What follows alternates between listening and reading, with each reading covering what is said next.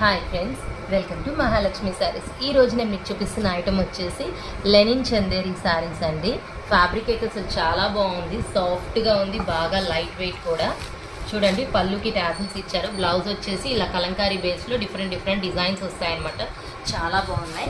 వీటిలో నేను కలర్స్ చూపిస్తాను. బ్లౌజెస్ అన్నీ కూడా మంచి కాంట్రాస్ట్ వస్తాయండి, డిజైనర్గా చాలా బాగున్నాయి అన్నమాట.